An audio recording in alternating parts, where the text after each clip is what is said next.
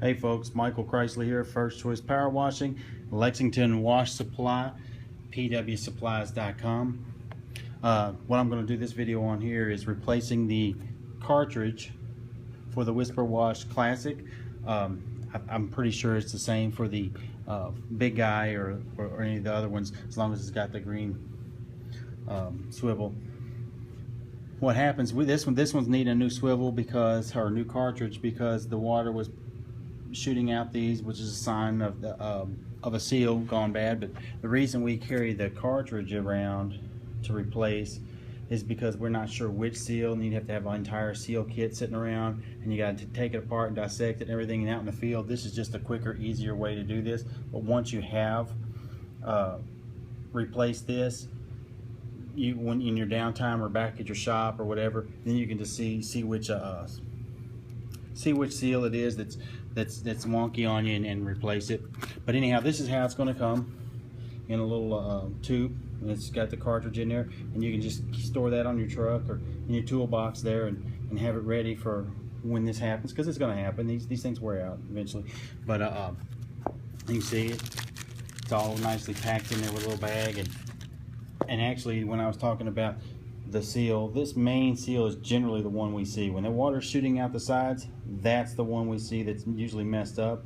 But instead of just trying to carry that seal around and then it not be the problem, you're better off having the whole cartridge on hand and then ordering the seal or whatever you need once you get back to your shop or something, or even if you've got those on hand, which I always recommend you have some of that stuff on hand. But anyhow, that's what it's going to look like, packaged and everything.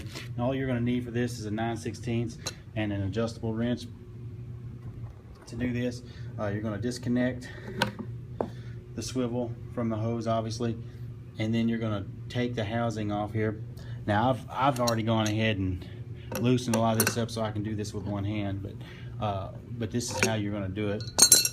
It's not usually on there very hard. So you're going to remove this piece, and you're going to look and see you've got an O-ring here sitting in here. So just keep that, make sure that's back in your deal there. All right, and you're going to flip it over, and then you're going to take that 9/16 and you're going to grab the actual shaft. It's got a notch in there, and I always just kind of put mine here, my wrench just somewhere here where it won't move. And then you're going to take your adjustable wrench and always turn it from the actual fitting here, and not actually, don't grab the bar and do this. You got to do it from the actual fitting. If you do it from the bar, you're just going to remove it from the swivel there, or from that fitting. Now once you've got that off, you're just going to slide this out and push it out from the other side.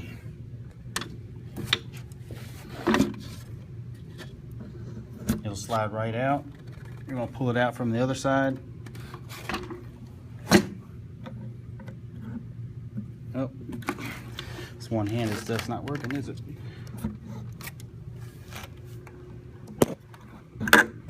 And there you go.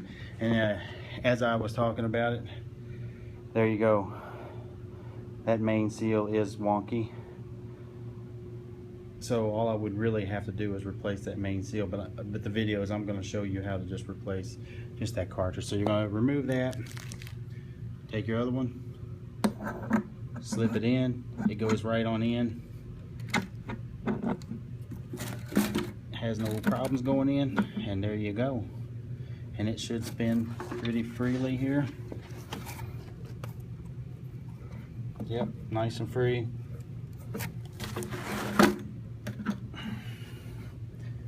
And you're going to put the hood back on. You're going to tighten it down with the wrench, obviously. For the video, I'll show you all that.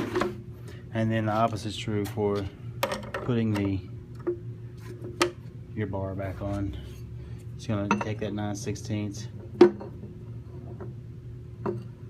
and be careful not to cross thread. Again, you don't want to do this from the bar. You want to actually grab the fitting with the wrench and tighten from there.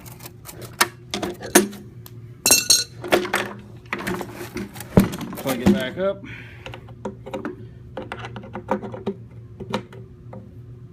And you're ready to go. Hope that helps you guys that are having that issue, water coming out the holes at the top.